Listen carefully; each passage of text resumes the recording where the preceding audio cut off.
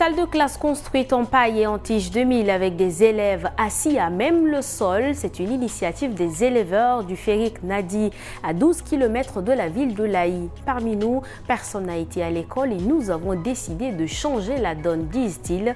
Rendez-vous dans cette école à classe unique dans ce journal. Protection et assainissement de la ville de N'Djamena. Le 17 mars 2025, la mairie a réitéré l'interdiction d'importation et d'utilisation des emballages non biodégradables. Et pour se conformer à cette mesure, des boulangeries optent pour une méthode radicale.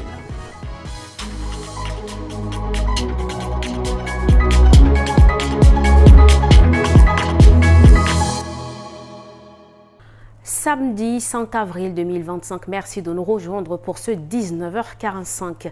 Le ministre de la Santé publique et de la Prévention, Dr Abdelmadid Abderrahim, a présidé ce matin un café de presse consacré au processus de la mise en œuvre et de la couverture santé universelle lancée le mois dernier. Une initiative qui vise à permettre une meilleure compréhension du processus par les journalistes pour une diffusion d'informations simplifiées auprès du public. Emmanuel.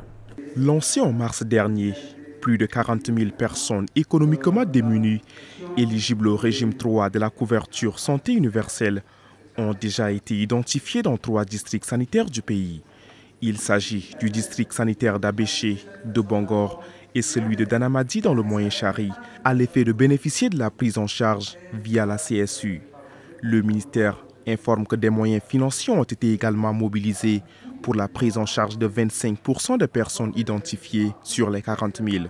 3 mécanismes de financement sont prévus selon le ministre de la Santé publique. Il y a les mutuelles de santé, je crois que le coordinateur est là, dans quelques districts. Il y a la gratuité de soins.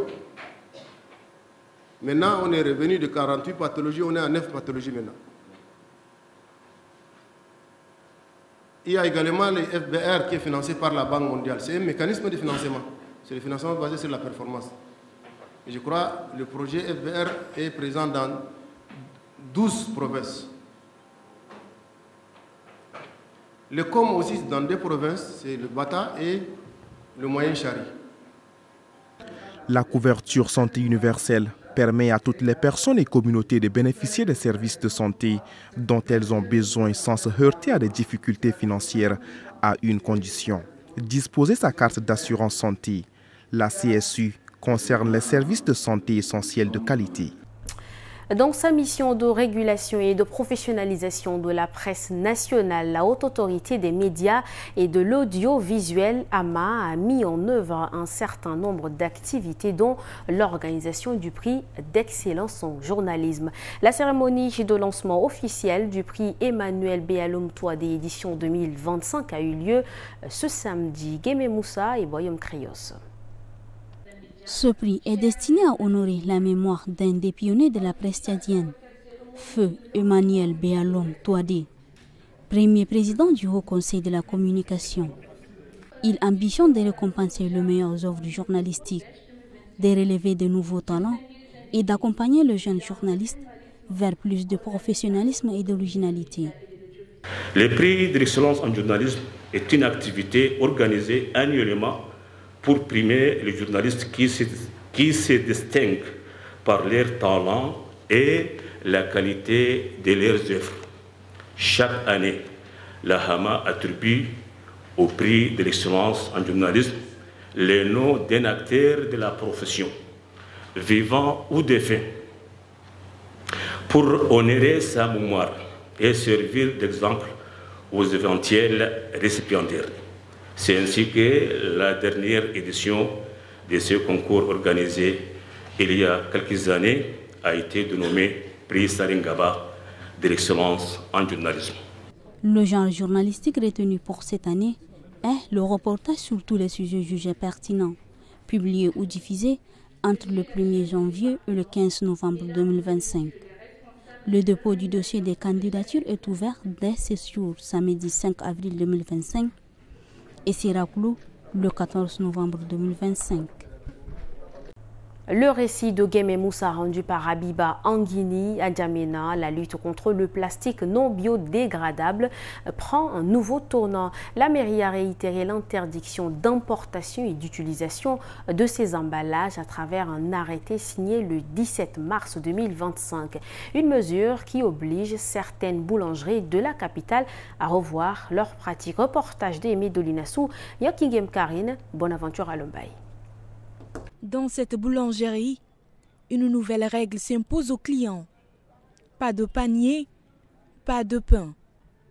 Pour les habitués, rien de compliqué. Mais pour ceux pris au dépourvu, c'est la course à l'achat d'un panier avant de pouvoir être servi. Une adaptation à l'interdiction du plastique non biodégradable, mais qui ne fait pas l'unanimité. Moi, je pense que c'est plutôt une bonne initiative de supprimer ces plastiques-là. C'est aussi une manière d'éduquer les gens à pouvoir utiliser les trucs recyclables ou bien d'un usage à long terme. Maintenant, je viens de payer. Je paye plastique et puis je paye encore pain. Tu vois combien je gagne à la fin du mois. Donc, il faut essayer de voir ça. Ça permet de réduire le fait d'utiliser les plastiques et je crois qu'elle est salutaire. Les emballages en plastique, communément appelés LEDA, avaient déjà été interdits une première fois en 2010 pour lutter contre la pollution. Aujourd'hui, la mesure revient avec une volonté renforcée de la municipalité d'en finir avec ces déchets nuisibles à l'environnement. Retrouvons à présent Nguena Ondom Cynthia pour l'actualité en bref. 3 informations dans cette compilation.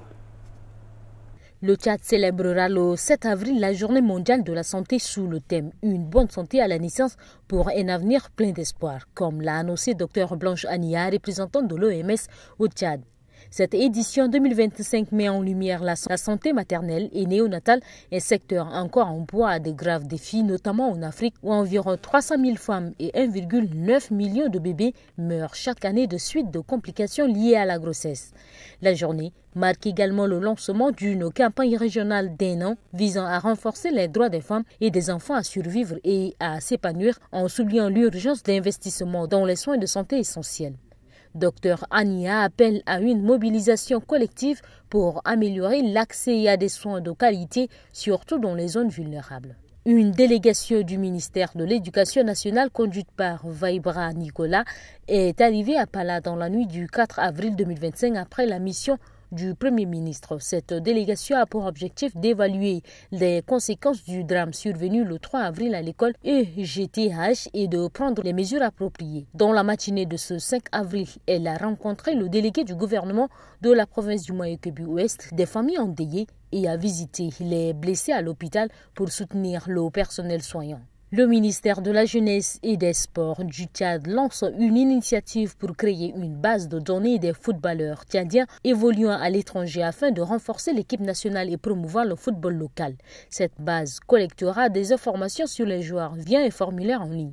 Le ministère sollicite l'aide des ambassades, consulats et associations de la diaspora pour diffuser l'information et organiser des événements de recensement. Les avantages incluent des opportunités de sélection en équipe nationale et une meilleure visibilité. Une stratégie de communication sera mise en place pour atteindre tous les joueurs avec un suivi régulier de la base des données. Soucieux de l'avenir de leurs enfants, les éleveurs du Férik Nadi dans le canton Ninga ont pris l'initiative de créer une école élémentaire pour offrir une éducation à leur progéniture.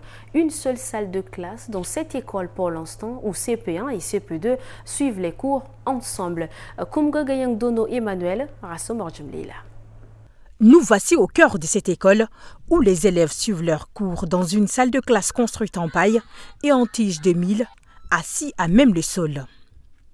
Créée en 2021, cette école communautaire est née de la volonté des éleveurs du Férik Nadi, à 12 km à l'est de l'Aï, avec pour objectif d'instruire et d'éduquer leurs enfants ainsi que ceux des agriculteurs du village voisin, Balundu. L'école ne dispose que d'une salle de classe accueillant des niveaux CP1 et CP2. Nous avons longtemps souffert du manque d'établissements scolaires. C'est pourquoi nous avons décidé d'agir pour y remédier. D'abord, nous avons rencontré le chef du FERIC pour lui exposer notre projet. Ensuite, nous avons sollicité le chef de canton qui nous a aidés à constituer le dossier nécessaire à la création de l'école. C'est ainsi que cet établissement a vu le jour. Malgré les efforts de l'APE pour faire fonctionner l'école, les difficultés sont nombreuses. Manque d'enseignants, absence d'infrastructures et insécurité des élèves. Nécrologie pour boucler cette édition. La scène musicale tchadienne est en deuil. Baï Kaman, artiste emblématique et cofondateur du célèbre groupe Soubiana Musique, s'est éteint hier 4 avril à l'hôpital de la Renaissance de N'Djamena. Une disparition qui plonge ses proches, ses fans et le monde artistique dans la tristesse. Ndiekoredom Armel, Abakar Lambert et Medolina Souf.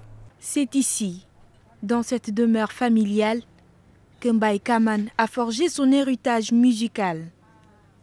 Ce matin, c'est la consternation et la désolation qui s'élisent sur le visage de ses proches. Cofondateur du groupe Soubiana Musique, aux côtés de son frère cadet, Fesseid Kaman, disparu en 2018, Baï incarnait l'âme d'un collectif qui a rythmé des décennies de fêtes et des rassemblements au Tchad. Son décès soudain, survenu après une courte maladie, laisse un vide immense pour ses collègues artistes. Avant-hier, on était ensemble. Et à ma grande surprise, hier vers le 13h, on m'appelle que le chef est tombé. Et là, ils sont en route pour l'hôpital. Je me suis précipité pour aller à l'hôpital. Et après, on nous a dit que il est au niveau de réanimation. Alors, faut qu'on rentre, on n'a pas l'accès.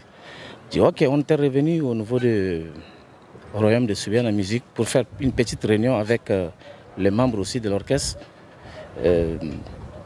Et là, quelques heures plus tard, on a eu un coup de fil et puis bon, on nous a dit que le chef n'est plus. Donc franchement dit, les mots nous manquent. Si les hommages affluent en mémoire de Baï, les circonstances exactes de sa mort selon sa famille restent à vérifier. La dépouille de l'artiste est actuellement à la morgue de l'hôpital où une autopsie a été demandée. C'est avec ce témoignage que nous bouclons cette édition. Merci à vous, chers téléspectateurs, de l'avoir suivi. Bon week-end.